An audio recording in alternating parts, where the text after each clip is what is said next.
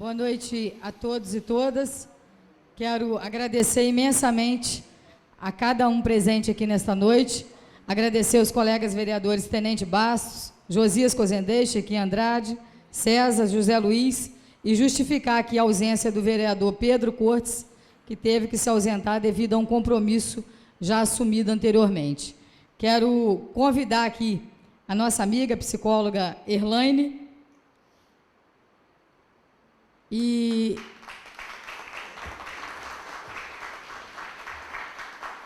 registrar também aqui a presença do seu esposo Dilson, da sua filha Emily. E antes de passar a palavra para a Erlaine, eu quero agradecer a parceria, né, que a Erlaine tem dedicado aí a esta Casa de Leis, a sociedade, né, nossa sociedade de um modo geral. Erlaine tem sido guerreira, incansável aí, e participamos juntamente com a Erlaine aí, juntamente com a nossa sociedade também, da campanha do trânsito, né, e o nosso objetivo principal foi alcançado.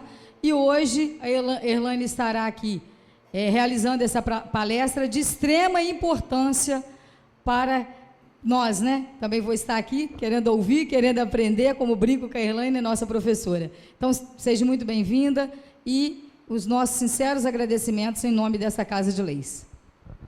Obrigada, Vanderleia. Eu que agradeço o convite e agradeço a presença de todos.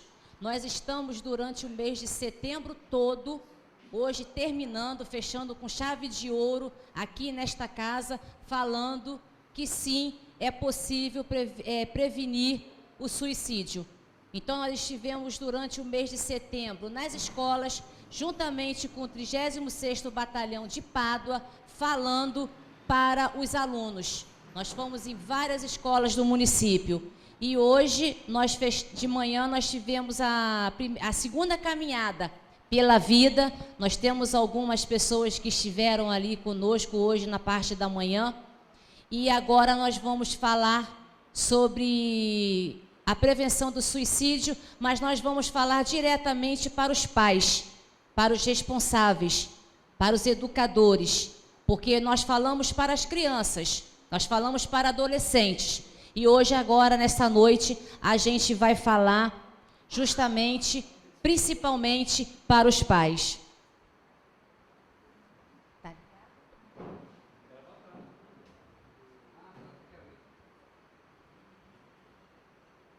E quando a gente fala de suicídio, antes se tinha o estigma e o tabu que quando eu falo sobre suicídio, eu estou fazendo uma propaganda. Até há pouco tempo atrás, tinha-se essa impressão de que não se podia falar sobre suicídio. Só que de 30 anos para cá, a Organização Mundial da Saúde vem justamente na contramão do que se falava antes. Que nós, sim, devemos falar sobre suicídio. Só que nós devemos falar da maneira correta. A gente não deve ensinar técnicas, mas a gente precisa sim falar da maneira correta. Então, quando a gente fala de combater o estigma é salvar vidas, sim, porque nós podemos salvar vidas. Então, entendendo o suicídio, desde os motivos até as formas de prevenção. Então, prestem atenção. A cada ano, cerca de 800 mil pessoas tiram a própria vida. Só que esse número de que quem tenta tirar a própria vida ainda é maior. Então, prestem atenção, 800 mil pessoas tiram a própria vida e quem tenta tirar a própria vida, ainda esse número ainda é maior. Então, quando a gente fala de suicídio, a gente está falando de uma tragédia que afeta toda a família. Não escolhe classe, não escolhe cor, não escolhe cultura, não escolhe uma família que ela seja bem-sucedida ou mal-sucedida, ela ocorre em vários parâmetros. Então, cerca de 800 mil pessoas tiram a própria vida. Então, dá para entender da urgência e da necessidade que nós estamos aqui para falar sobre a prevenção do suicídio. No Brasil, 32 pessoas tiram a própria vida por dia. Isso equivale a uma pessoa a cada 45 minutos. No mundo, uma pessoa tira a própria vida a cada 40 segundos. Então, no mundo inteiro, nós temos a cada 40 segundos, não são 40 minutos, não são 40 dias, que uma pessoa tira a própria vida. Então, dá para entender que quando a gente fala de Setembro Amarelo, e eu gosto muito de frisar isso, não é que alguém do nada escolhe um mês e escolhe uma cor. Eu, por exemplo, a minha cor preferida é amarelo. Mas ninguém escolhe um mês e uma cor sem ter um fundamento para aquilo. O Setembro Amarelo, por exemplo, a história do Setembro Amarelo não é uma história bonita que a gente gosta de ouvir, como nos contos de fada. O Setembro Amarelo começou por causa da morte de um jovem americano de 17 anos, Mike M. Ele gostava muito de mecânica e os seus pais deram um Mustang 68 para ele. Então, a galera aqui que gosta de um carro, né, e coleciona, sabe do que eu estou falando. Então, quando os pais deram esse Mustang para ele, 68, ele reformou. Só que, infelizmente, no dia que ele tirou a própria vida, foi dentro desse Mustang 68. Aí, no dia do seu sepultamento, familiares e amigos confeccionaram 500 cartões com a fitinha amarela e com a seguinte frase: se precisar de ajuda, pode contar comigo. Daí começou a história, a campanha do Setembro Amarelo. Então, nós estamos aqui para poder fazer justamente menção a essa importância e a gravidade desse assunto. Nós devemos, sim, falar que o suicídio ele é passível de prevenção. Pela Organização Mundial da Saúde, é a segunda maior causa de jovem entre 15 e 29 anos. Nós falávamos isso há 15 dias atrás aqui em Pádua, que é o mesmo índice de morte do trânsito. Então percebam, ou nós perdemos os nossos jovens em morte de acidente no trânsito, ou nós estamos perdendo os nossos jovens para o suicídio. E é a 7ª causa entre crianças de 10 a 14 anos. Então preste atenção, senhores, nós estamos falando de crianças com 10 anos de idade que já pensam, cogitam a ideia de tirar a própria vida. É a 7ª maior causa entre crianças de 10 a 14 anos. Esses aqui são todos os dados mais atualizados que nós temos da Organização Mundial da Saúde. Então, não é proibido falar sobre suicídio. Como diz Antônio Geraldo, que ele é o presidente da Associação Psiquiátrica da América Latina, ele diz, não é proibido falar, só não podemos falar da forma errada. E ele diz ali, não podemos glamorizar. Então, há 30 anos atrás, a Organização Mundial da Saúde vem na contramão dizendo que nós devemos falar. Nós não devemos glamorizar, mas nós devemos falar sobre o suicídio. E o suicídio tem acabado com os nossos jovens. O suicídio tem acabado com a vida dos nossos filhos, sobrinhos, familiares. E muitas das vezes, dentro das nossas casas, nós temos os nossos filhos pensando em tirar a própria vida e nós não estamos sabendo disso. Dentro da nossa própria casa. A gente pode estar vivendo uma situação dessa e a gente não tem noção do que está acontecendo dentro do nosso lar. Problemas familiares. Por que nós vamos falar de problemas familiares dentro do suicídio? Porque a família, ela é a base de tudo. Nós precisamos entender que quem educa os nossos filhos somos nós. Não é a escola que vai dar a educação que me cabe para o meu filho.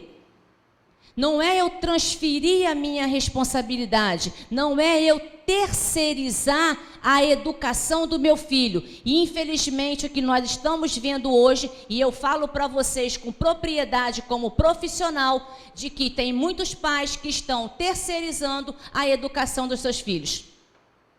Educar dá trabalho, senhores. Mas se eu não quero ter trabalho, então eu não coloco filhos no mundo. Eu tenho essa opção.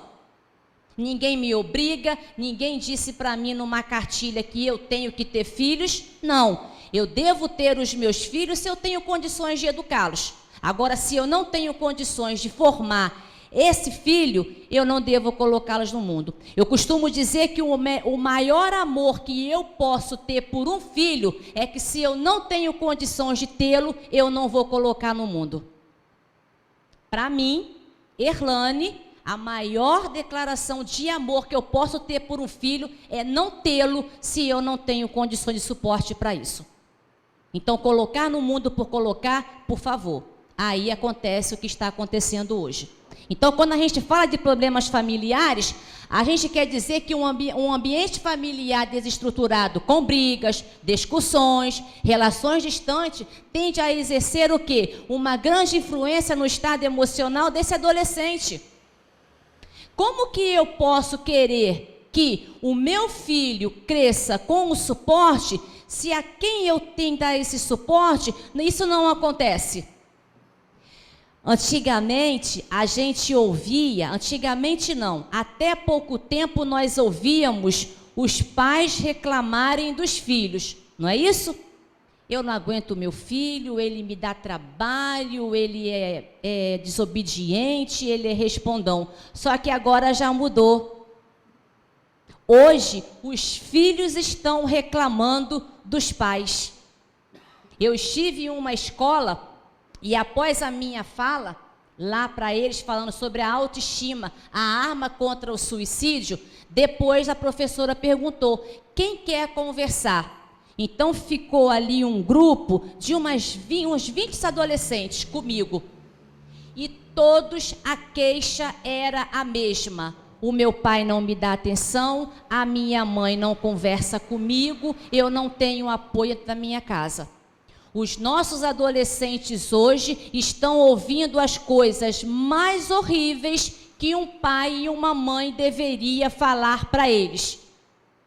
Então eu tenho adolescentes em consultório com 17 anos, acima do peso, a autoestima a mais diminuída possível, e que essa mãe, ao invés de ajudar e elevar isso, a filha escuta da mãe, se você não emagrecer, homem nenhum vai te querer. Aí você, enquanto profissional, sentada na sua cadeira, no seu consultório, você se segura para não cair para trás. Com tanta barbaridade que uma mãe consegue falar para uma filha. Então, a gente precisa ter cuidado quando a gente fala de suicídio, porque a maneira como eu vou abordar essa pessoa e tentar ajudar, se eu não sei a maneira correta, ao invés de eu conseguir puxar essa pessoa do precipício, eu vou fazer, sabe o quê? Eu vou empurrar ela mais rápido para esse precipício. Então, quando a gente fala de suicídio, a gente fala sim de problemas familiares. Sem o primordial suporte dos entes queridos, o jovem se sente sozinho e entende que o suicídio é a única família. Prestem atenção nessa frase. Tem muitos adolescentes vivendo do nosso lado, no nosso convívio social, que acha que a única família dele é o suicídio. Então, às vezes, o meu filho, a minha filha, os nossos filhos estão vendo o suicídio como a única família e eu não estou tendo conhecimento disso. Porque eu não dou esse suporte. Eu não procuro saber como está o meu filho. Eu não sei qual é a matéria que ele está estudando para a prova. Eu não sei se ele tem prova. Eu não sei se ele está bem. Eu não sei se ele está passando por algum problema. Porque nós estamos preocupados com o nosso dia a dia. Só que educar uma criança não é só qualidade, não é só quantidade, é qualidade. Eu tenho que doar esse tempo para essa criança. Eu preciso saber o que está acontecendo com o meu filho. Só que nós estamos vivendo um ambiente familiar em que pais são estranhos para seus filhos. E os seus filhos são estranhos aos seus pais. E aí, quando acontece uma questão de ser chamado na escola ou em algum lugar, os pais se assustam. Como que eu não percebi isso? E a pessoa está ali o tempo todo dando sinal e a gente não tem prestado atenção.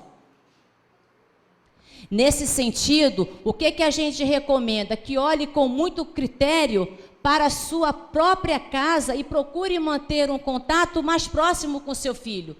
Então, nós precisamos, a cada dia, tirar um tempo e olhar para esse ambiente da minha casa.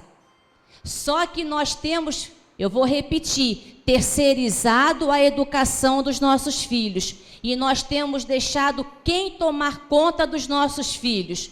O famoso Facebook, Instagram, WhatsApp, celular, redes sociais.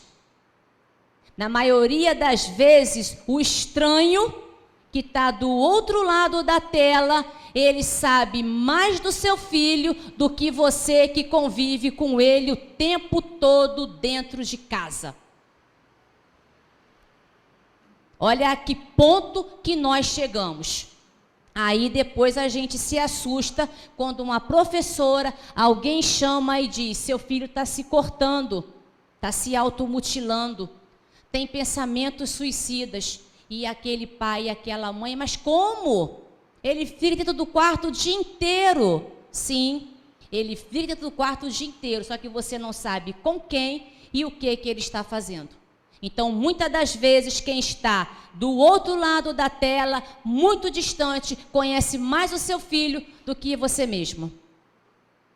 Para estabelecer harmonia em seu lar, mantendo as relações mais próximas e saudáveis com todos os integrantes. É família. Eu tenho que ter prazer nessa família. Eu tenho que ter prazer se eu não consigo de segunda a sexta tomar café com o meu marido, com os meus filhos, mas eu tirar um tempo, um final de semana e fazer isso essencial na minha casa. E quando o meu filho vai para a mesa, antes mesmo de cumprimentar alguém, já está com o celular lá, eu preciso ser autoridade da minha família e falar: não, o celular na mesa não. Só que aí a gente vê na mesa, todo mundo junto e separado ao mesmo tempo, e cada um com o celular na mão. Tem gente que sai poder gastar dinheiro à toa, eu não consigo entender. E eu não vou querer entender, porque eu não quero compartilhar disso, eu não me permito compartilhar disso. De chamar duas amigas para sair, para sentar, para beber, para conversar, e cada um com o celular na mão. Que conversa? Para que eu vou sair de casa? Para que eu vou perder meu tempo? Então nós precisamos estar atentos, porque a gente costuma falar assim: o mundo está mudado, o mundo pode estar do jeito que ele quiser. Agora, a minha casa é minha casa, é o meu espaço. Ali quem sabe o que é melhor, tanto para mim e para os meus filhos, sou eu. Não é rede social.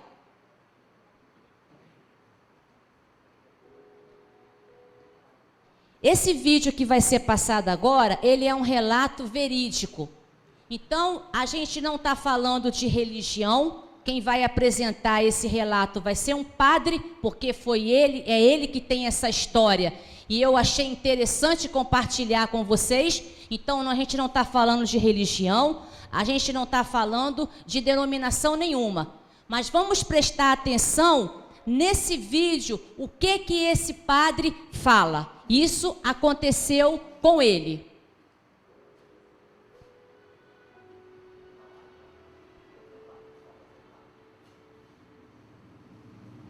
De repente eu fico assustado. Claro que sim. Alguém procura o padre para conversar.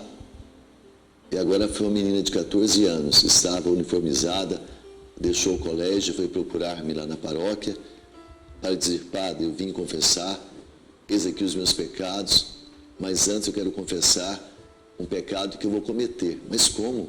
Um pecado que você vai cometer? Sim, depois que eu me confessar, que eu sair daqui eu vou me matar, vou tirar minha própria vida.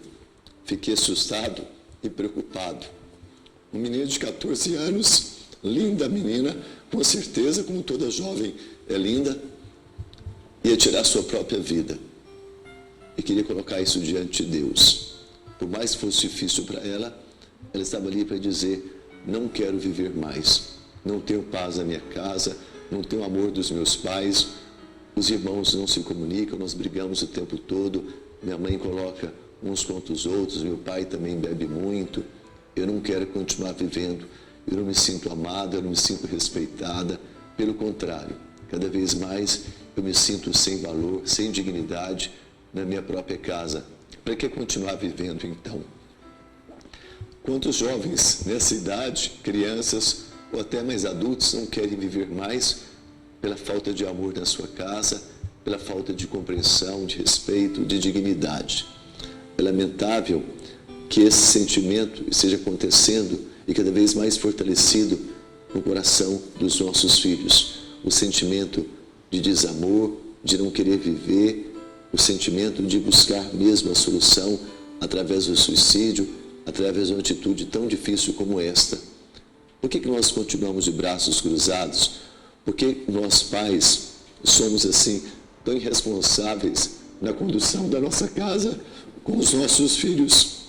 O que leva uma menina de 14 anos a dizer isso para um padre? Ainda bem que ela foi procurar um padre. Ainda bem que ela foi iluminada e conduzida pelo Espírito Santo para que pudesse receber uma palavra de conforto, uma esperança renovada e mudasse a sua condição de querer tirar a sua própria vida.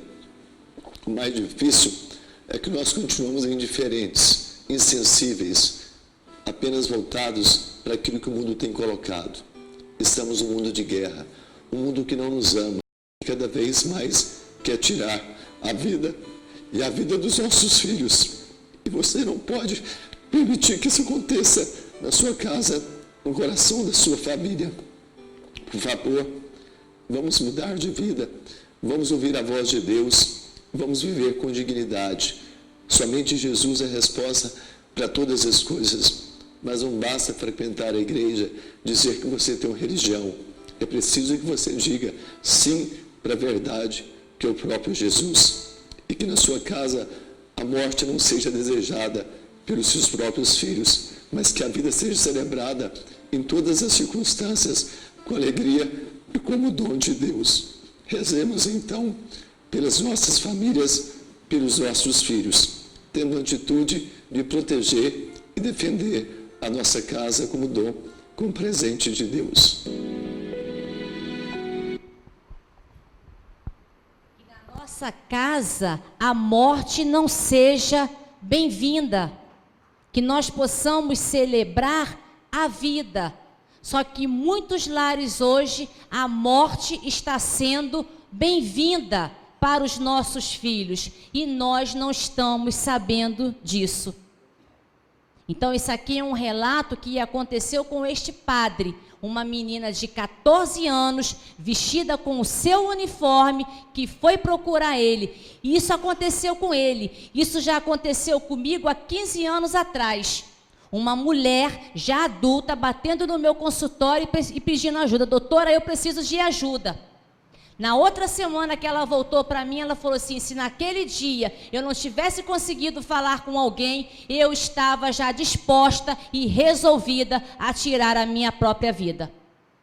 Então, senhores, percebam a gravidade, que não é uma cor bonita, não é um mês porque alguém simplesmente escolheu. A seriedade e a gravidade do suicídio, ela é muito grande e ela se faz necessária que nós façamos a nossa parte. Enquanto educadores, enquanto pais e enquanto responsáveis. Ali o padre fala, por que estamos sendo tão irresponsáveis? E não responsáveis por quem é aqueles que nós mais amamos. Quais são as causas de suicídio entre os jovens no Brasil? Depressão.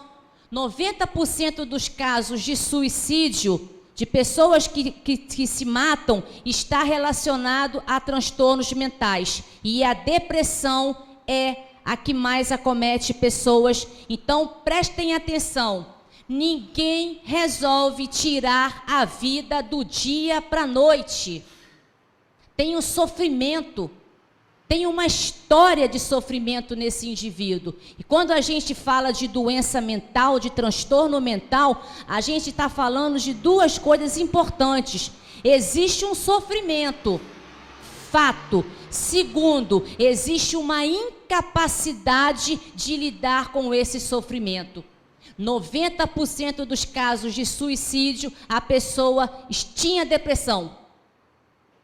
E às vezes a gente não sabe o que está acontecendo. E a gente fala de depressão também entre crianças e adolescentes. Cada vez mais o índice maior. Mas aí é para uma outra palestra. Baixa autoestima está sendo uma das pragas do momento. Se vocês não sabem, a questão da baixa autoestima. Meninas lindas, como o padre falou ali, como toda menina de 14, de 15, 17 anos, são lindas e sem autoestima nenhuma. Que é feia por causa desse padrão ridículo que a nossa sociedade impõe e nós muitas das vezes vamos impor dentro da nossa casa. Porque todo mundo alisa o cabelo, eu vou alisar. Porque todo mundo usa a unha acrigel, eu vou usar. Nada contra. Mas a questão, a minha filha era pequena e até hoje ela fala: mãe, eu detesto quando você fala, eu não sou todo mundo. Mas eu não sou todo mundo. Vocês querem ver uma coisa que não consegue me alcançar? É entrar numa loja e a vereadora falar assim: isso aqui é lindo, todo mundo está usando. Eu dou 2 passinhos para trás e vou embora. Você não gostou? Eu falei: não, todo mundo está usando. Eu não sou todo mundo. Eu não sou todo mundo. Mas tem muitas mães que querem colocar na sua filha que ela precisa usar porque todo mundo está usando. Ela precisa fazer porque todo mundo está fazendo. E aí está dando nessa porcaria que a gente está vendo por aí. Umas meninas lindas sem autoestima nenhuma. E muitas das vezes, por incentivo de quem deveria incentivar e está fazendo o contrário.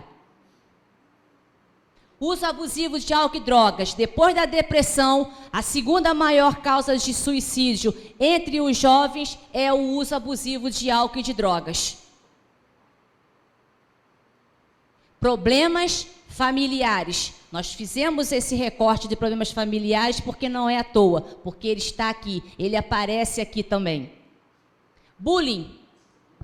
Eu fiz uma palestra na escola esse ano. Bullying não é brincadeira. E eu falava ali para os jovens que nós precisamos ter cuidado, até adultos, porque tem adultos que está perdendo a mão, está perdendo a noção, e aquela brincadeirinha de mau gosto, que eu acho que não tem problema nenhuma, às vezes eu estou sendo o causador da pessoa tirar a própria vida e eu não estou sabendo com aquela brincadeirinha de mau gosto. Bullying.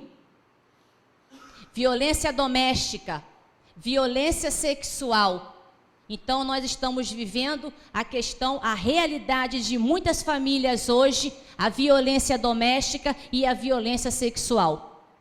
Muitas das vezes nós temos famílias dentro de casa de crianças que são abusadas por adultos e muitas das vezes com o consentimento daqueles que deveria cuidar. Violência doméstica e violência sexual. Dificuldade de interação social. A gente não está entendendo porque os nossos jovens estão se isolando. A gente não consegue entender porque que os nossos jovens, ao invés de preferir estar naquela roda de amigos, ele está ali o tempo todo dentro daquele quarto fechado e ninguém toma uma providência e muda essa realidade.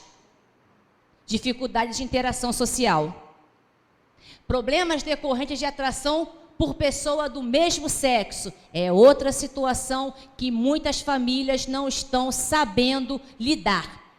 E aí, ao invés de acolher, de conversar, eu tenho uma mãe de uma paciente que quando ela descobriu que a filha era homossexual, ela relatou em consultório para mim: eu preferia que a minha filha tivesse morrido. Essa mãe disse para mim isto em consultório. E discriminação racial. Se vocês não sabem, a discriminação racial tem aumentado cada vez mais o suicídio. Então, a gente tem a questão de ser discriminado por cor, por pele, por questões em que tem feito que muitos dos nossos jovens estejam tirando a vida por causa da discriminação racial. De 10 jovens, 6 são negros. A tendência de negros e brancos, os negros se matam mais do que os brancos, se os senhores não sabiam disso, recorrente do racismo. Quem foi que disse que eu sou melhor do que alguém porque a minha cor é diferente da minha? A cor da pele dele é diferente da minha. Como identificar uma pessoa sob o risco de suicídio? Nós devemos ser capazes de perceber os sinais de alerta. Então, prestem atenção. A pessoa que está pensando em tirar a própria vida, está cogitando a ideia de tirar a própria vida, ela dá sinais o tempo todo. Só que nós, muitas das vezes, preocupados, inclusos, a gente não consegue perceber isso. Então, olha isso. Afastamento dos familiares e amigos, perda de interesse por atividade do que mais gostava, mudança no horário habitual do sono, comentários autodepreciativos, eu sou um estorvo, eu não vou fazer falta nenhuma, eu estou sendo demais, eu já estou fazendo hora extra nesse mundo. E aí a gente não liga o sinalzinho de alerta. Falas recorrentes sobre a morte, disforia, ou seja, estado caracterizado por ansiedade e inquietude, queda no rendimento escolar. Eu dava muito esses exemplos para os alunos. Então, muitas das vezes a gente tem um colega que era nota 10, nota 9, e de repente ele começa a ter essa queda. E a gente não começa a entender, a prova estava difícil, ou ele não estudou bem, não estudou como deveria. E aí a questão do rendimento escolar. Reprovação em vestibular ou ano letivo. Desilusão amorosa e romântica. Os nossos jovens são impulsivos. Vocês sabiam que existe o suicídio entre idosos? Sabiam? Só que sabiam que os idosos se matam ainda mais do que os jovens? Só que tem aí uma palavrinha que faz toda a diferença. O idoso, ele não se mata por impulsividade, por impulso. Já o adolescente, ele se mata justamente por causa de quê? Da impulsividade. Porque quem é mais impulsivo do que um adolescente? Então, desilusão romântica amorosa. Teve a primeira desilusão romântica na vida, a vida acabou. Repusa quanto à aparência física. A gente escuta muito esse relato dos adolescentes. Eu sou feio, ninguém gosta de mim, eu não sou aprovado por ninguém. Lá na escola que eu estive, nessa roda de conversas, elas levantaram isso. Esse grupo não me aceita. Eu virei para ela e falei assim, se esse grupo não te aceita, até onde você deve fazer questão de estar inserida nele? Só que eu, Erlane, na minha fase adulta, sei disso. Vocês também aqui sabem. Agora o nosso adolescente, ele está no processo de formação. Então, tudo que ele precisa é de quê? É de aprovação. É de que alguém aprove, é de que alguém aceite. Só que a gente precisa falar que nem sempre isso vai acontecer na vida. Eu preciso mostrar para os meus filhos que sim, eles irão sofrer frustrações, decepções amorosas. Principalmente, eu brinco com a minha filha. Eu já tive 13 anos de idade. E a gente com 13 anos de idade gosta de um menino a cada semana.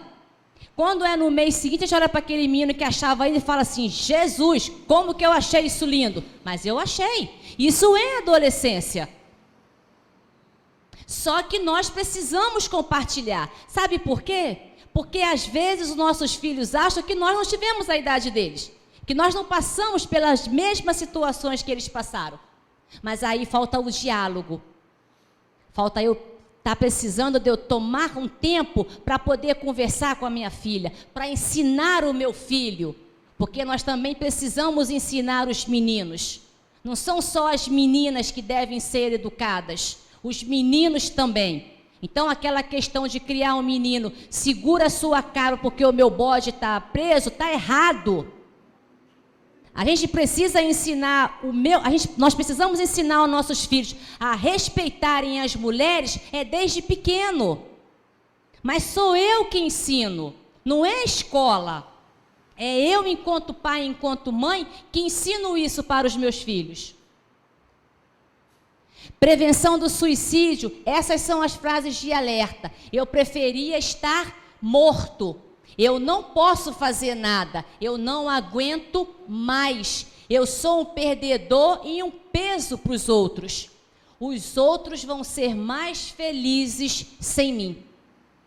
Então, muitas das vezes, nós escutamos algumas frases dessas, ou às vezes todas essas, e a gente acha que é brincadeira. Sabe por quê? Porque a gente tem uma ideia errada do suicídio, que a pessoa está chamando a atenção. Está querendo chamar a atenção? Vai fazer nada disso não. E aí são os sinais de alerta que essa pessoa está emitindo e a gente está deixando passar de qualquer maneira e passar batido. Eu fazia uma intervenção ontem, domingo, 9 horas da noite. Ontem, domingo, 9 horas da noite, pela minha rede social, pela minha página profissional, de um adolescente com 15 anos. E ele dizia para mim, eu vou me matar até o final do ano. Eu sentei na minha sala, acabando de preparar justamente essa palestra, colocando vídeo, uma coisa ou outra, e eu parei para poder conversar com esse jovem. 15 anos. Está na estatística que a gente falou? Tá. Mas a gente não quer essa estatística. Nós não estamos aqui para poder viver estatística. Nós estamos aqui para poder viver vidas e vidas cada vez melhores. Mas cabe a mim fazer essa diferença. Eu preciso ser a diferença na vida dos meus filhos. Não é um cantor que ela vê na televisão e gosta. Não é um jogador de futebol que tem que ser o ídolo do meu filho. Os ídolos dos nossos filhos têm que ser nós, enquanto os pais que somos. Quem mais amamos. Como evitar o suicídio? Sim, a gente consegue evitar o suicídio, porque pesquisas dizem que 90% dos casos de suicídio, eles são passíveis de prevenção. Eles poderiam sim ser evitados. 90% dos casos. O suicídio na adolescência precisa sim ser discutido e combatido. Nesse contexto, o papel da família, ele é o quê? Fundamental dentro da prevenção desse processo de tratamento. Então, eu não preciso deixar as coisas tomarem um rumo que não vai ter volta. Só que nós temos uma cultura de que a gente só procura um médico quando nós estamos nas últimas, nós só procuramos uma ajuda quando a gente não aguenta mais. E eu tenho uma frase que eu falava para os alunos das escolas que nós fomos visitar. É normal precisar de ajuda. Não é sinônimo de fraqueza eu precisar de ajuda, mas eu preciso ensinar para esse adolescente que sim, é passível de proteção e que tem como eu ajudá-lo. Pais irresponsáveis, além de amigos e outras pessoas próximas, devem estar atentos a qualquer mudança de comportamento apresentado e conseguir identificar. Quem convive com os nossos filhos e ninguém mais os conhece do que nós próprios. Então, muitas das vezes a gente começa a ver uma irritabilidade, uma inquietude, uma mudança de comportamento e a gente fala aquela frase infeliz, é da idade.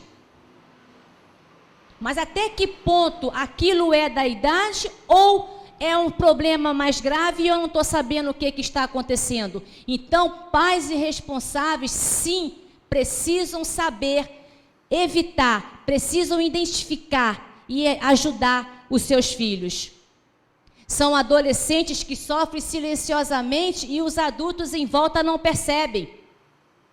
Além de identificar os sinais, os familiares precisam abrir diálogo com os adolescentes e mostrar que eles não estão o quê? Sozinhos. Só que muitas das vezes os nossos adolescentes dentro da nossa casa estão se sentindo, sim, senhores, sozinhos. E aí a gente tem a desculpa de porque eu trabalho demais, porque eu tenho que levar a comida dentro de casa. Eu também trabalho, preciso levar a comida dentro de casa da minha filha, de todo mundo que está ali comigo. Mas eu preciso tirar um tempo para poder saber como que está a minha família. Eu preciso saber como que está a minha casa. Então, mostrar que esse adolescente não está sozinho e que existe sim uma saída e uma solução para aquele problema. Lembra da impulsividade do adolescente? Nós já fomos adolescente, a pior fase que existe na vida. Se a gente não souber passar e lidar com ela. Ao perceber algum desses sinais, a família deve procurar ajuda, seja na escola, seja na unidade básica de saúde, e entrar em contato com fontes que possam orientar, porque o suicídio, ele já está sendo tratado como um problema de saúde pública.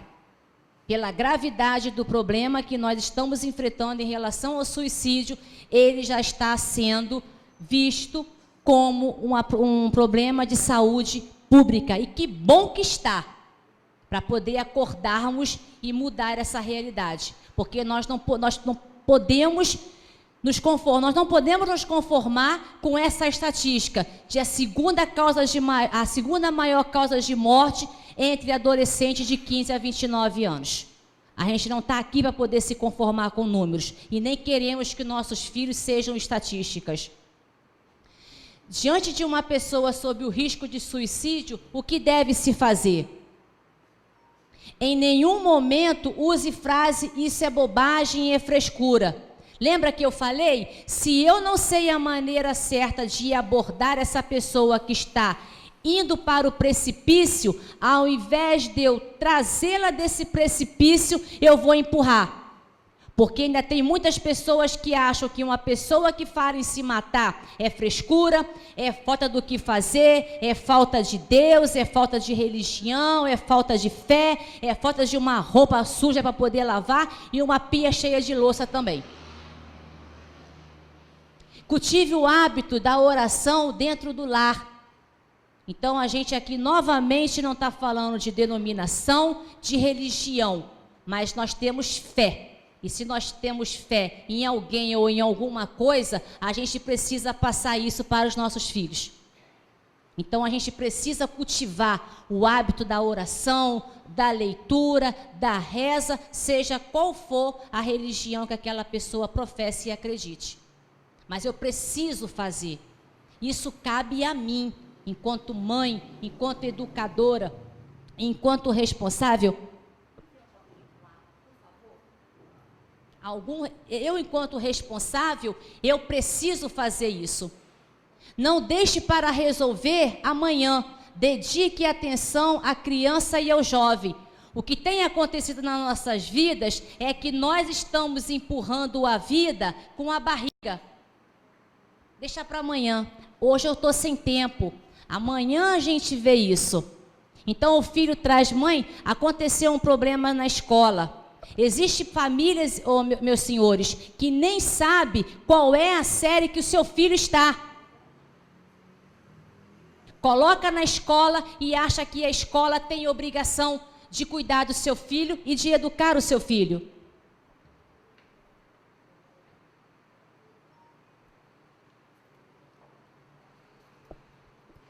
Crie laços de confiança para falar sobre os problemas dele.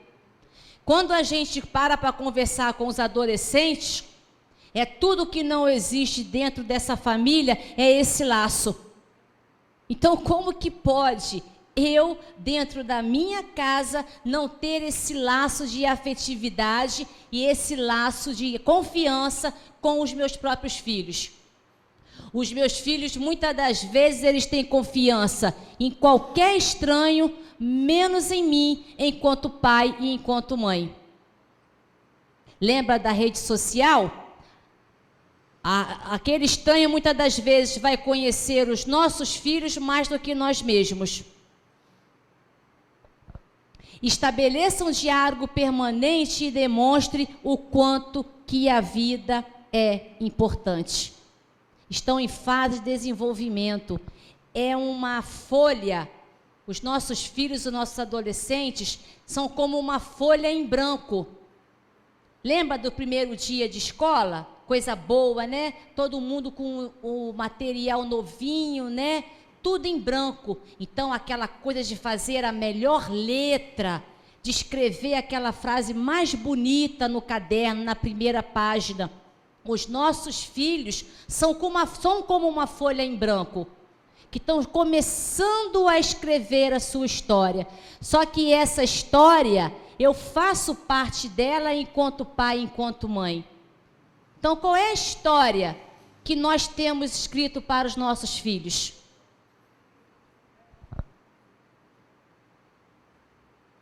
Procure apoio médico e especializado, um médico, um psicólogo, um médico psiquiatra, de preferência. Fale com frequência, eu estou com você e vou ajudá-lo no que você precisar.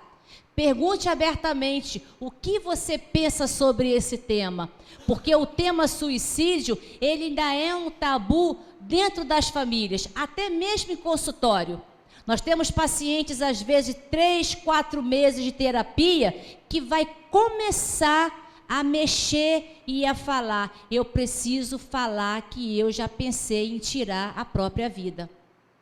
Então, a gente precisa tirar esse estigma e esse tabu, conversar abertamente. E o Centro de Valorização da Vida é 188.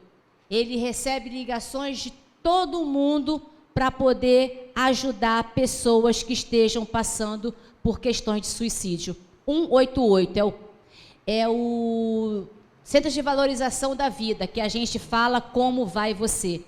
Então, ali tem pessoas capacitadas para poder ajudar, fazer essa primeira escuta e ajudar a pessoa que esteja em sofrimento e tentando tirar, pensando em tirar a própria vida. Uma das frases mais tristes da história foi escrita por uma das pessoas que mais nos fez rir, Charles Chaplin. O que é que ele dizia? Eu gosto de andar na chuva porque ninguém pode ver as minhas lágrimas. E se vocês tiverem a curiosidade de buscar a história de Charles Chaplin, a história dele é muito triste. Ele teve um pai alcoólatra. Aos 5 anos ele foi colocado num orfanato e a sua mãe veio a morrer. Então, e ele se casou depois 4 vezes, tentando formar, tentando fazer aquela família que ele nunca soube e ele nunca teve. Então, Charles Chaplin, essa frase é dele: eu gosto de andar na chuva porque ninguém pode ver as minhas lágrimas. Outra frase dele: lute para viver a vida, para sofrê-la e apreciá-la. A vida é maravilhosa se você não tiver medo dela.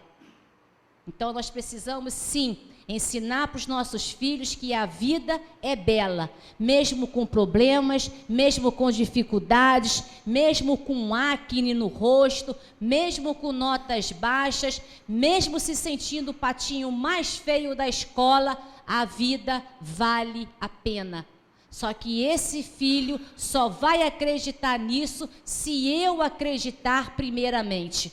Eu gosto muito de uma frase que diz: as palavras convencem, mas os exemplos arrastam. E nós precisamos sim ser exemplos para os nossos filhos, e não o mundo lá fora. E como nós estamos falando de família, eu vim fazer uma homenagem aos meus pais. Então, com essa frase, hoje eu sou uma pessoa mais capaz e realizada, mas nem por isso esqueço quem esteve ao meu lado, aos meus pais, a minha gratidão. Sebastião José Ventura, paduano com orgulho. Então, se hoje eu acredito na vida, eu luto pela vida e eu ensino isso para minha filha, eu devo ao Sebastião José Ventura, falecido já há 6 anos. Só que as pessoas, é isso que eu gostaria de deixar para vocês.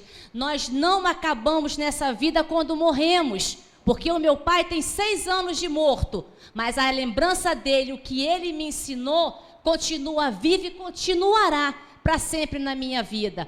Maria Lúcia Pinheiro Ventura, 2º câncer. E está aí. Então, vale a pena viver, vale a pena demonstrar para os nossos filhos que a vida vale a pena.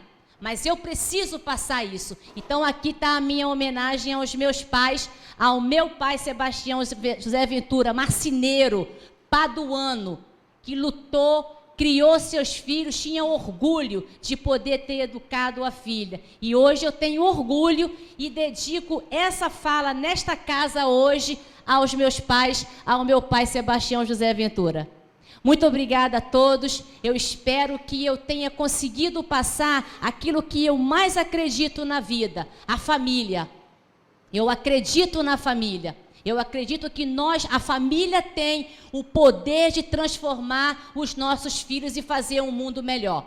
Por si só o mundo já está ruim, mas eu acredito num mundo melhor e eu acredito na vida. Muito obrigada.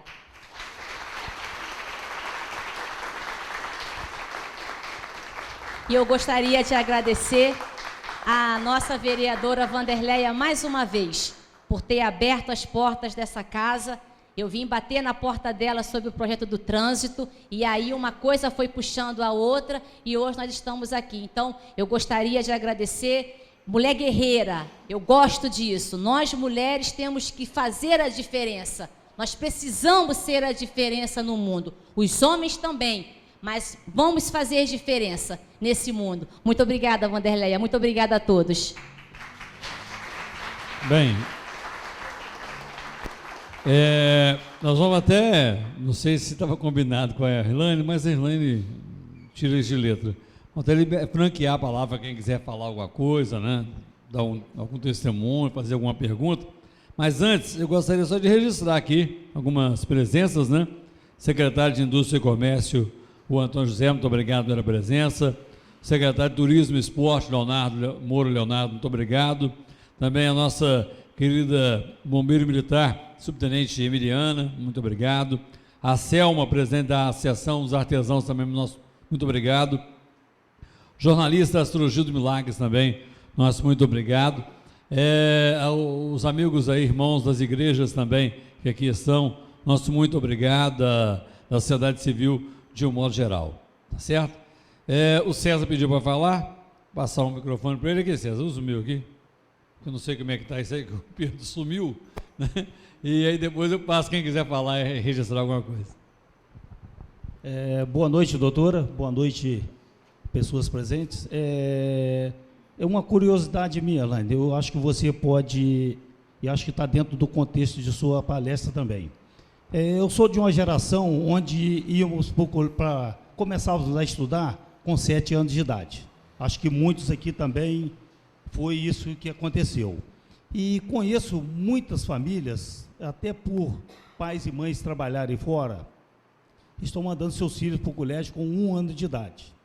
É só uma curiosidade minha, de se você acha isso correto e com quantos anos, porque eu tenho um neto também com 2 anos de idade, tá? Benjamin.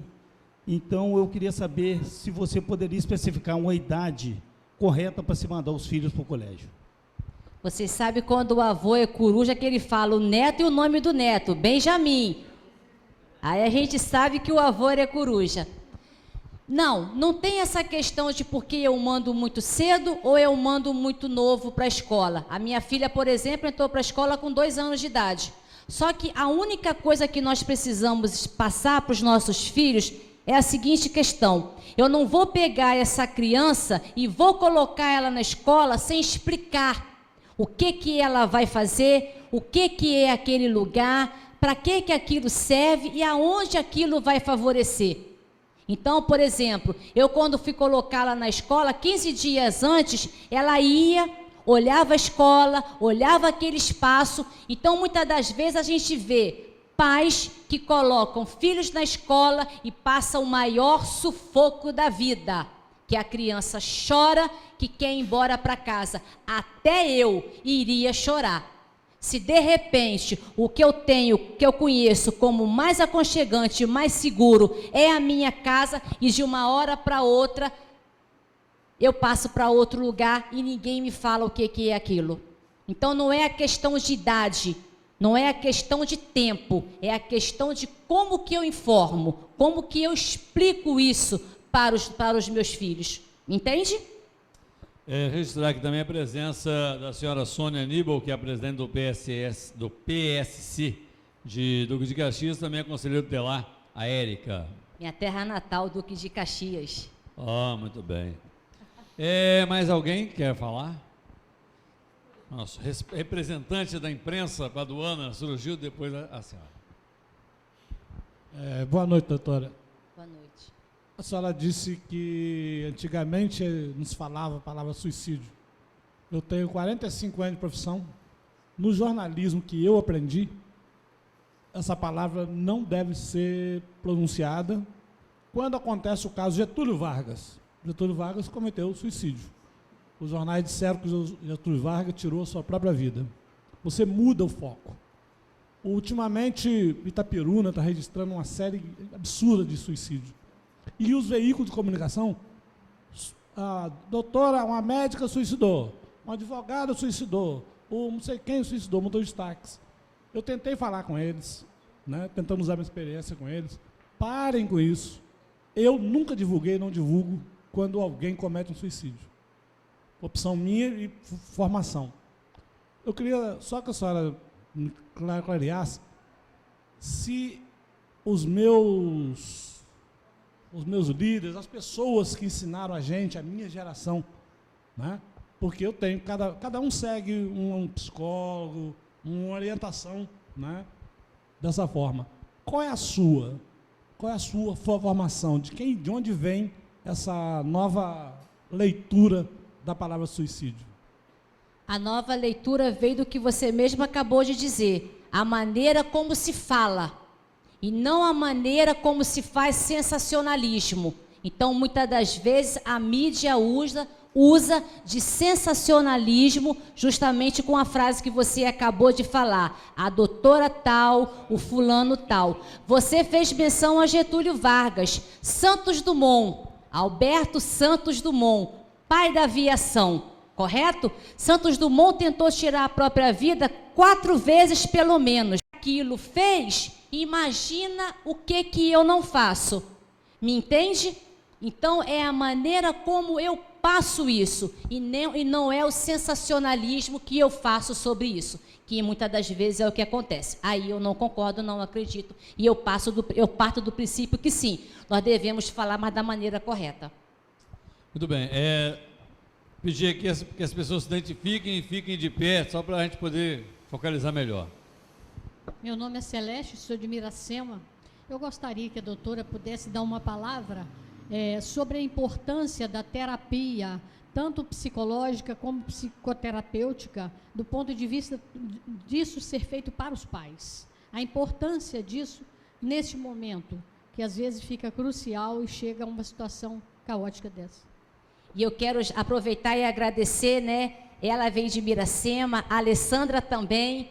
É uma amiga que a gente se fala por rede social e hoje está aqui, a colega dela também. Depois nós vamos falar o nome de todo mundo. Muito obrigada. Sim, a terapia cognitiva comportamental é a linha que eu atendo. Então, a terapia cognitiva comportamental é uma das melhores formas que a gente tem hoje de atendimento e de abordagem para a questão do suicídio. Quando a gente fala de orientação aos pais sobre a questão do suicídio e o atendimento para eles, quando nós falamos de pais e de filhos que estão em tratamento, nós precisamos entender que esses pais, eles são coterapeutas. Então, se uma criança é trazida para mim em consultório, eu sou a terapeuta daquela criança. Mas essa família, esses pais, eles são o que a gente chama de coterapeutas. Aí eu vou te responder da mesma forma da escola.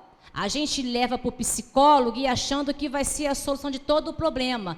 Só que eu preciso saber que a maior parte do tempo, o meu filho passa onde? Em consultório? Não. É dentro de casa. Então, 90% dos casos, quando a gente atende de criança, a problemática está justamente naquela família. E aquela família, quando vem para atendimento dessa criança, eles passam a ser coterapeutas também. Então, existe essa relação. Existe a psicoeducação que a gente faz com os pais em atendimento.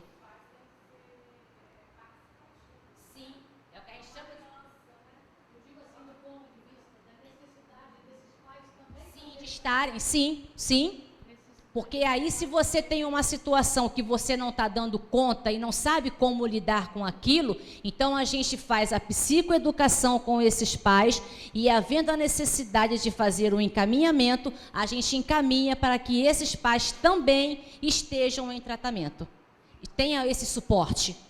Porque se às vezes esse problema parte de uma questão particular minha enquanto responsável, eu também preciso estar em terapia. Eu preciso também de ajuda. Ok? Boa noite, meu nome é Mariana Santiago, eu sou de Pádua, formei em pedagogia na UF, e nós temos trabalhado também com a questão das palestras nas escolas, e eu me identifiquei com a maioria das coisas que você trouxe essa noite, e principalmente com a questão dessa questão familiar. Muitos adolescentes chegavam para a gente e falavam: eu não tenho atenção dos meus pais, eu me sinto muito sozinha. E eu, enquanto educadora, também fico me questionando como nós também e a escola, nós podemos fazer essa ponte com os pais. É algo muito delicado, né? Você chegar, fazer essa ponte. Eu queria saber, assim, como nós podemos abordar isso, de alguma forma. Qual o seu nome, por favor? Mariana. Mariana, adoro esse nome, Mariana, acho seu nome lindo. Mariana, a escola pode e deve sim ser a ponte entre a família em relação a esse aluno. Então, a gente precisa começar a trazer essa família. A gente precisa colocar essa família inserida nesse contexto. Não adianta chamar porque não vai. Alguma hora tem que ir. Essa criança não está ali sozinha. Ela não foi colocada ali sozinha. Existe um responsável que está sendo irresponsável. Mas aí a escola precisa fazer essa ponte, sim. Então, a gente pode estar fazendo encontros, palestras, uma semana voltada para a família. Eu vi alguma escola aqui em Pádua fazendo piquenique em família. Então, se muitas das vezes a palavra reunião assusta, a palavra palestra para os pais parece ser uma coisa chata, a gente muda. E o foco vai ser o mesmo. Então, o piquenique em família. Andar de bicicleta, sentar debaixo de uma árvore, agora vai vir a época de mangas, sabe? Coisas fáceis. Então, se alguma palavra te assusta, você muda essa palavra, o contexto é o mesmo e o seu objetivo vai ser alcançado. Mas a gente precisa, sim, colocar os pais dentro das escolas. Tem que acabar essa separação de que eu coloco meu filho na escola e eu não tenho participação naquela escola. Eu tenho, sim. Boa noite, meu nome é Sebastião, eu trabalho no comércio aqui em Pádua e eu fiquei curioso com a fala do primeiro participante e com a professora aqui. A senhora disse que teria que ensinar para a criança por onde ela está indo, só que aos 2 anos de idade é difícil a assimilação desse tipo de informação. E outra coisa é o tempo. Uma boa parte do tempo, essas crianças muito jovens, pequenas mesmo, passam a maior parte do tempo com pessoas estranhas. E o tempo que ele passa em casa, ele já chega para dormir. E depois vem o horário integral também no ensino médio. Então, realmente, o Estado é que faz uma boa parte da formação de toda a população hoje. não quero deixar, assim, transparecer que os pais estão, assim, negligenciando. Mas eu acho que o Estado deveria trabalhar em prol disso, porque uma boa parte do tempo, vamos dizer, a maior parte do tempo de crianças e jovens fica em posse do Estado, sim. Isso está acontecendo há um bom tempo no país inteiro. Então, dizer que só o pai e a mãe têm que fazer, sim, mas só que o tempo não é possível. Porque o tempo que as crianças ficam com os pais, às vezes é até menor do que fica em posse do Estado. Muito obrigado. Sebastião, primeira coisa, nós não devemos subestimar uma criança. E as professoras estão aqui para isso. O que nós cometemos o erro enorme é de subestimar uma criança. E uma criança com menor idade, menos idade de 2 anos, ela tem capacidade sim e ela entende tudo o que está acontecendo. A primeira vez que troquei babá na minha casa, quem ensinou para babá nova que estava entrando, aonde estava todas as coisas da casa dela, foi ela com 2 anos de idade. E não é questão, aí eu vou discordar de você, não é questão de quantidade, é questão de qualidade. Sebastião, os nossos filhos não passam de segunda a segunda na escola. Existe final de semana, existe feriado. Eles saem da escola 1 hora. 1 hora eles vão sair da escola. 5 horas, 6 horas. Eu não estou em casa 9 horas da noite, 7 horas da noite, para chamar essa família e fazer aquele momento ali de que eu não consegui almoçar, eu não consegui tomar café com os meus filhos, mas eu faço questão de que no jantar esteja todo mundo junto. Então, são 2 questões totalmente diferentes. Nós não podemos subestimar as crianças. E nós erramos quando nós subestimamos as nossas crianças. Porque eles sabem tudo o que está acontecendo e muitas das vezes melhores do que nós. E a questão do tempo, aí eu vou discordar de você, enquanto profissional e enquanto mãe, de que a questão não é quantidade, a questão é qualidade. E toda a vida nós trabalhamos fora, fazemos várias coisas e a gente consegue o tempo com qualidade. E eu vou dizer para você que eu conheço famílias de que mãe fica dentro de casa com o filho o dia inteiro, existe a quantidade, mas não existe a qualidade. Então, aí a gente vai falar de qualidade. Nossas crianças não ficam na escola o tempo todo. 1 hora estão em casa. Estão nesse contexto. E aí entra o meu papel. Boa noite. Meu nome é Fábio, né? Eu sou pastor batista aqui na cidade. A doutora falou sobre a questão aí da família, né? Tempo na escola também foi debatido aqui.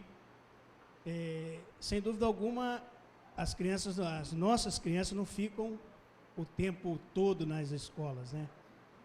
Aí a pergunta que eu faço é a respeito do tempo que elas ficam em casa, né? E com aquela má qualidade familiar nos jogos eletrônicos que nós temos hoje, virtuais, né? Que nós temos hoje, a internet. O que isso influencia na vida de uma criança, de um adolescente, dentro do tema que está sendo abordado agora? Influencia o que já foi falado aqui no começo da nossa fala e o senhor não havia chegado, infelizmente. Influencia na minha qualidade de relação com esse filho. Eu falava aqui que muitas das vezes a pessoa que está do outro lado da rede social conhece os nossos filhos mais do que nós mesmos que estão dentro daquela casa. Então, muitas das vezes nós estamos dentro de casa e distante. Está todo mundo dentro de casa, sim. Só que um filho está num quarto com um tablet, outro filho está no outro quarto com o celular, o pai está na sala sentado com o celular e a mãe está em outro. Então, é o que eu respondia para o nosso amigo ali, Sebastião. Não é a questão de quantidade, é a questão de qualidade, do tempo que eu disponho para essa criança. E sim, as redes sociais, e nós temos pesquisa, o próprio Facebook, eu não sei se vocês já leram essa reportagem, o próprio Facebook, ele já está tirando a questão de quantidade de likes, de curtidas, como o Instagram já fez.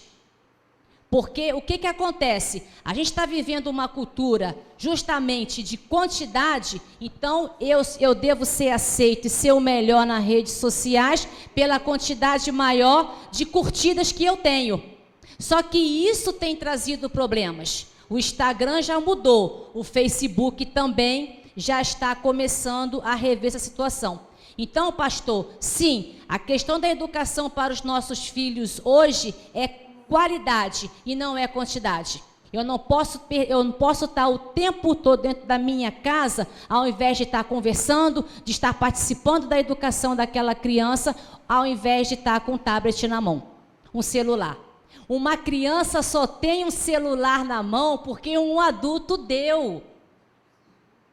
É fácil de entender, não é uma matemática, não é exata, mas é fácil de entender. Se uma criança com 2 anos, 3 anos de idade tem um tablet na mão, porque um adulto deu. E se um adolescente também tem, porque um adulto deu, porque ele não tem condições de comprar. E aí a gente não se espanta mais quando a gente vê uma criança com celular mais caro e melhor do que o nosso enquanto adulto. Foi dado por quem? Foi dado por um responsável. Responsável, os pais. Foi dado por um irresponsável para uma criança. Então nós precisamos rever, porque toda criança tem. Não, porque todo mundo faz. Não, uma criança com 2 anos de idade não tem que ter um celular, um tablet na mão. Isso é fato. Se vocês jogarem lá em pesquisas, vão ver isso. Isso está danificando, está acabando com a saúde, tanto física quanto psíquica das nossas crianças. E aí a gente muitas das vezes não sabe o que está acontecendo. A gente vê crianças às vezes comprando jogos e a gente não está sabendo. Eu não sei comprar, eles sabem, porque alguém permite. Oi. Meu nome é Dilson, eu sou seu marido, tudo bom? Só uma questão, para complementar a pergunta ali do nosso amigo jornalista, você não quer falar um pouquinho sobre o suicídio de imitação? Sim. Sim. Quando a questão do suicídio de imitação, o que acontecia? A década de 80, de 70, tinha a questão da fala do suicídio, né? De não se falar. E por que não se falava? Por causa que se acreditava, né? Acreditava que existia o suicídio por imitação. Então nós temos a história de um jovem chamado Véter, que ele se matou por desilusão amorosa, que ele era apaixonado por uma mulher e essa mulher veio a se casar com outra pessoa. Aí veio essa questão do suicídio por imitação. Pesquisas comprovaram que, depois da morte dele, houve um número de suicídios. Aí a questão do suicídio por imitação. A Organização Mundial da Saúde, de 30 anos para cá, dos anos 80 mais ou menos para cá, vem justamente nessa contramão da questão do suicídio, de falar, mas falar da maneira correta. Como eu respondi ao amigo, a questão do sensacionalismo que a gente deve evitar. Para essa questão do suicídio por imitação.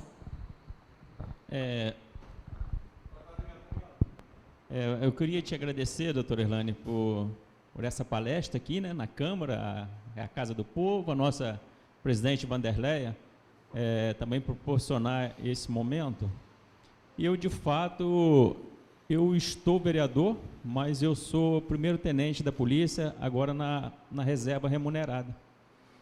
E eu entrei na corporação em 84, eu peguei o restinho do regime militar, onde se ficava em forma, quem era de bigode ficava num pelotão, quem não era de bigode ficava em outro, quem tinha o coldre lá embaixo ficava num pelotão, quem tinha em cima ficava em outro. Onde que as cobranças eram, se assim posso dizer hoje, exageradas, né? E o policial militar, ele é diferente do militar das Forças Armadas. É diferente do policial civil, que é só policial. O PM não, ele tem que ser militar e tem que ser policial. E ali na corporação, estamos sujeitos ao Código de Processo Penal, Código de Processo Civil e o Código Penal Militar, um regulamento pesado. E eu, no período que eu convivi na Polícia Militar, deu para mim rir e chorar. Eu vi colegas mortos, colegas expulsos. Uma das piores fases da minha vida foi ir para dentro de um batalhão prisional, fazer um inquérito policial de colegas que eu trabalhei com ele e de tantos outros que eu nem conhecia. E isso me deixou sequelas.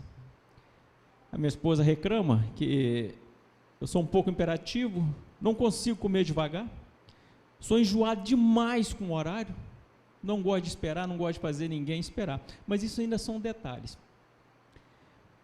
Há poucos tempos, o Fantástico fez uma matéria sobre a questão do suicídio do policial militar.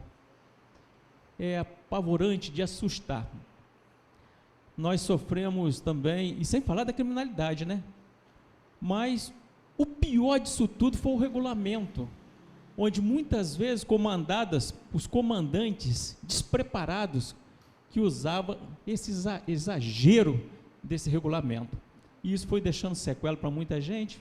Vi muitos colegas reformarem e durarem pouco tempo de vida, muitos alcoólatras, depressivos, enfim, uma realidade que está acontecendo hoje, né? E a pergunta que eu faço para a senhora é se a senhora depara com paciente, policiais militares e familiares também. Eu assustei quando eu fui no HCPM, lá no Estácio, o Hospital Central da Corporação, não só de um grande número de policiais na psiquiatria, mas as esposas também. Que tristeza. Eu deixei a corporação em 2008, e eu não sei como é que está agora, né? Então, minha pergunta é se a senhora tem, assim, esse conhecimento de policial, familiares de policiais. Nós fizemos no dia 17, né? 17 de setembro agora, uma palestra aqui no teatro da cidade para os policiais, a questão do suicídio, só que aí nós abordamos a questão da saúde mental dos policiais. E a gente sabe que hoje os policiais, a última estatística que nós temos é que os policiais, mais policiais que tiraram a vida do que morreram em confronto. Então, essa é o último dado que a gente tem. Foram mais, não me recordo do número, você lembra? 102, 106 suicídios de PMs. Então, morreram mais PMs por suicídio do que por confronto agora este ano passado. E aí nós abordamos a questão da saúde mental, tanto dos policiais e quanto das famílias, porque os policiais estão adoecendo, estão precisando de ajuda. Só que muitas das vezes, aí eu vou concordar com o nosso amigo Sebastião, a questão do suporte que o Estado deve dar e não está dando. E aí eu perguntei, porque eu não sou policial, né? E eu tive a curiosidade de perguntar para o subtenente. E perguntei para eles, quando vocês precisam do atendimento, como que acontece? A gente precisa ir para campos e buscar atendimento e esperar nessa fila, porque existe uma fila de espera porque a demanda é muito grande. Quando esse policial não tem condições de estar pagando o valor de uma consulta particular em consultório.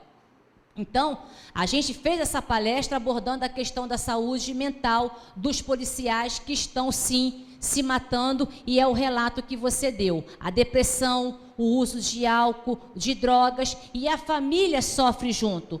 Porque não tem como você ver o sofrimento de um marido, de um filho, de uma pessoa próxima a você e você não conseguir lidar com esse sofrimento. Você adoece juntamente com aquela pessoa e aí o tratamento precisa ser de ambas as partes.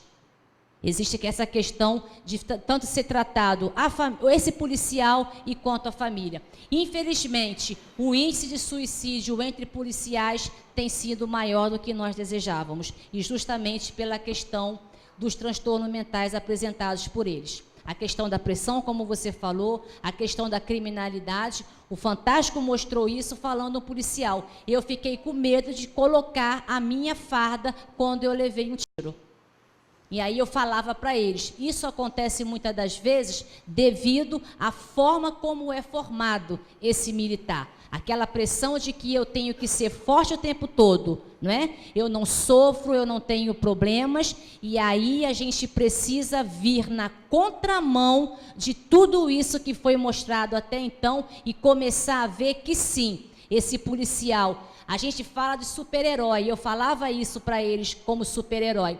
Só que são super-heróis de carne e osso, que sofrem, que têm sentimento, que têm emoções. E a gente precisa rever essa questão de como ajudar esse super-herói. Mas, infelizmente, não está sendo bacana. Não é um dado, os números não são de entristecer, infelizmente.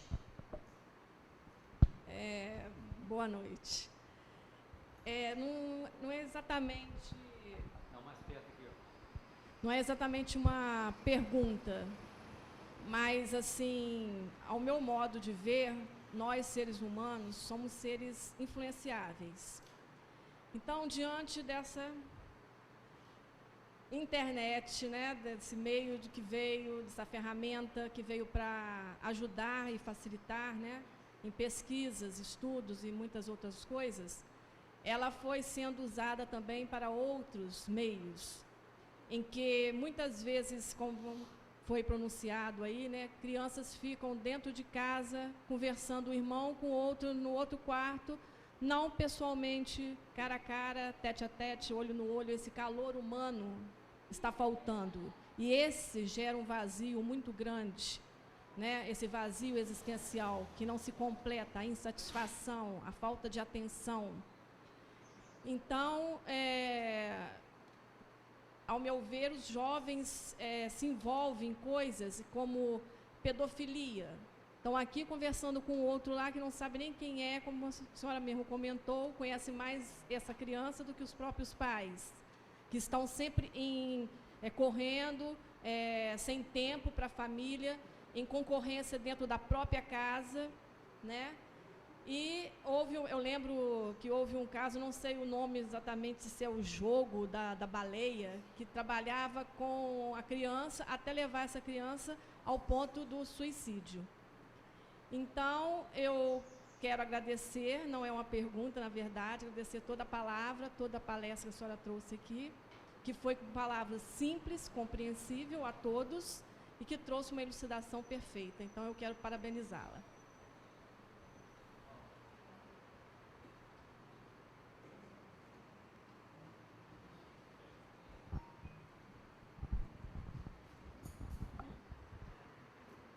Boa noite.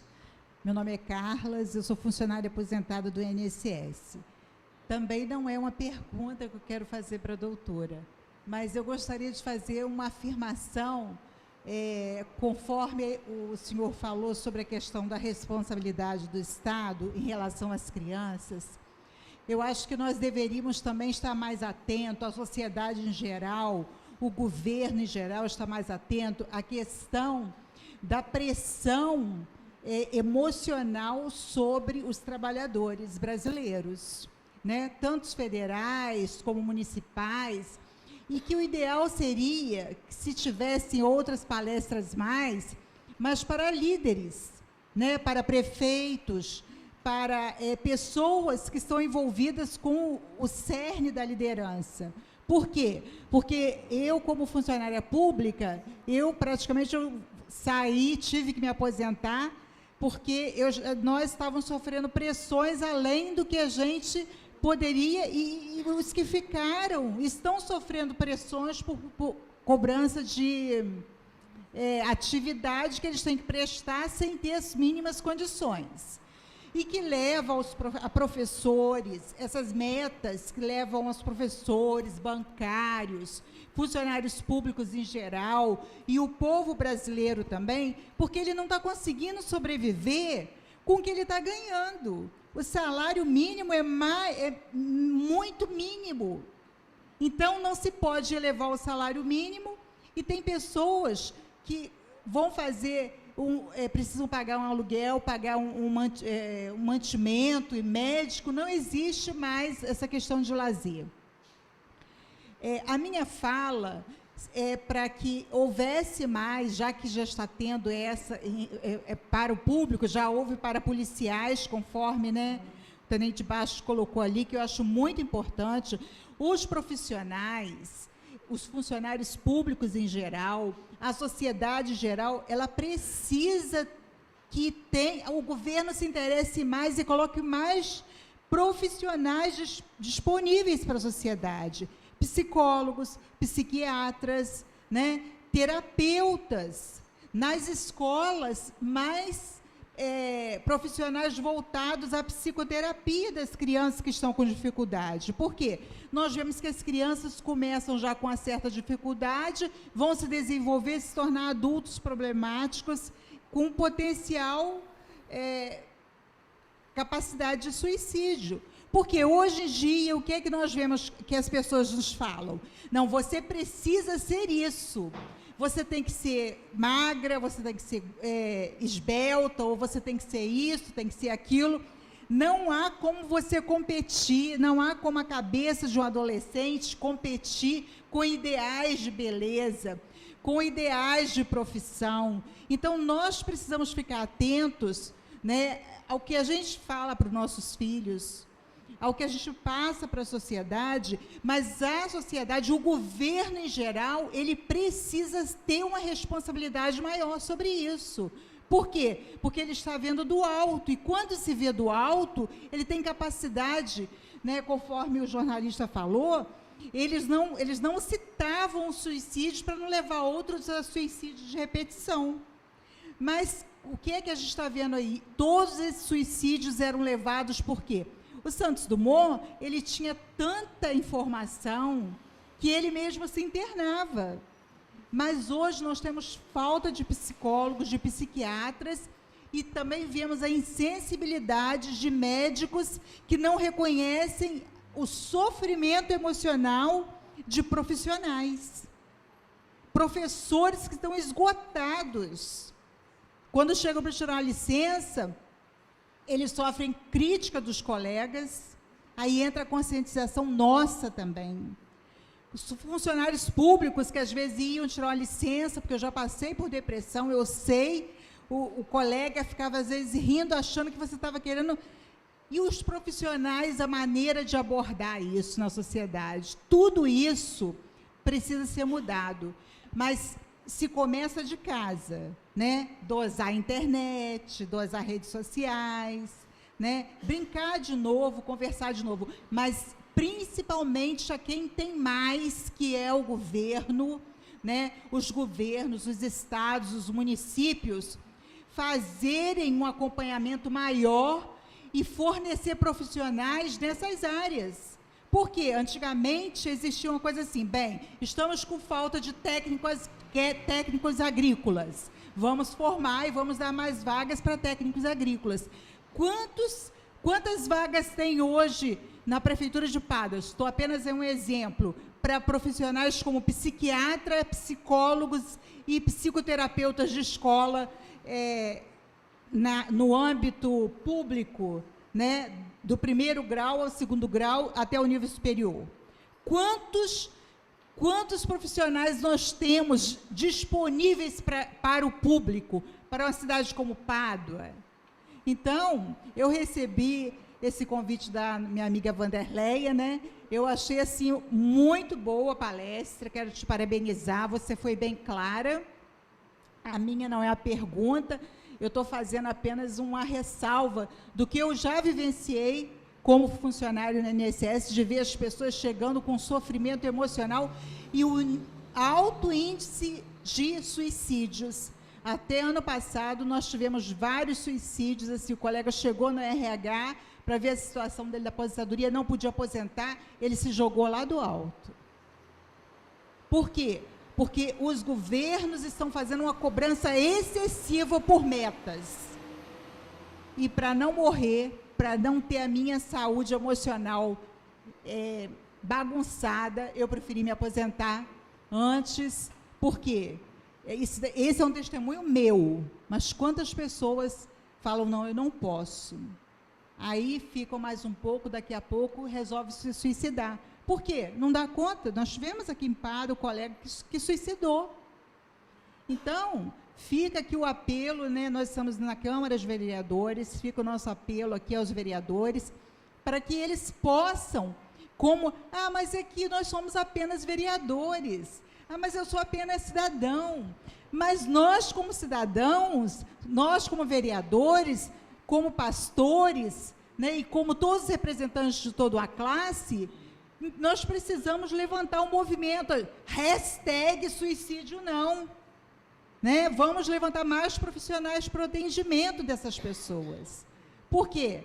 Muito boa a palestra aqui, tenho certeza que lá no teatro também, mas olha o número limitado de pessoas que vieram e que vão ter acesso a essas informações. Né? Eu agradeço e peço desculpa pelo tempo.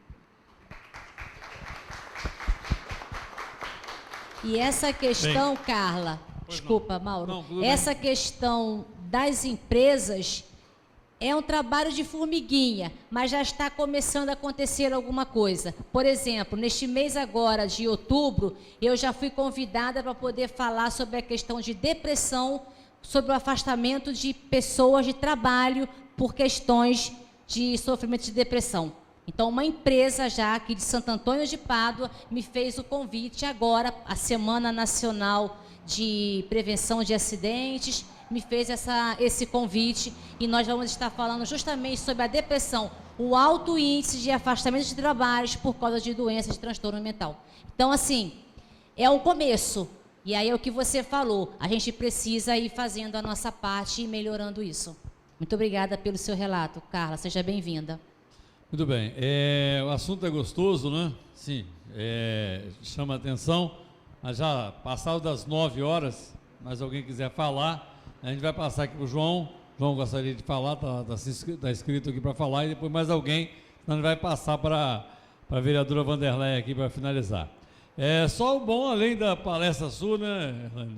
Muito bom, a gente ficou sem ouvir as notícias do Jornal Nacional, que já nos ajuda muito para, né, acabar um bocadinho também com a depressão. Boa noite, doutora, boa noite a todos.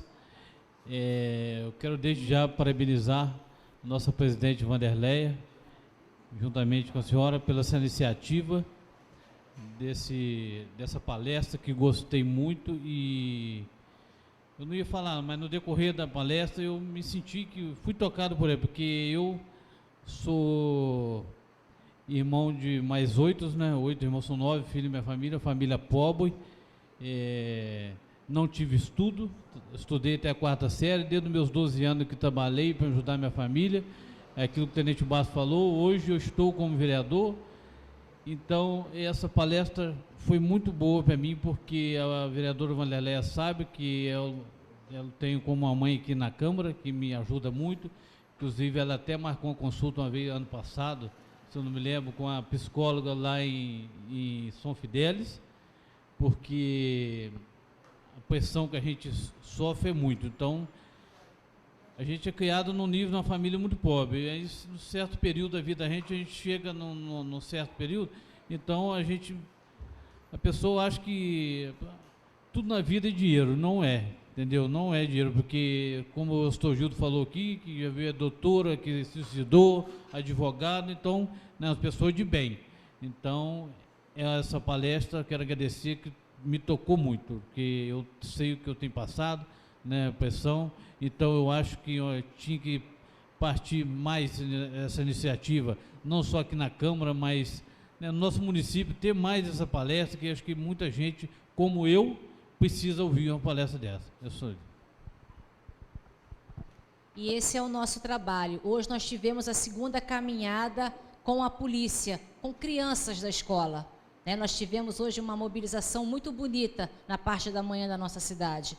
Nós já falamos para policiais, nós estivemos no IFE na quinta-feira falando sobre a questão de suicídio para os adolescentes. Foi um mês inteiro de palestras e de conversas. Então, aos poucos a gente está chegando, como eu disse para a Carla, e aos poucos a gente vai fazendo a diferença.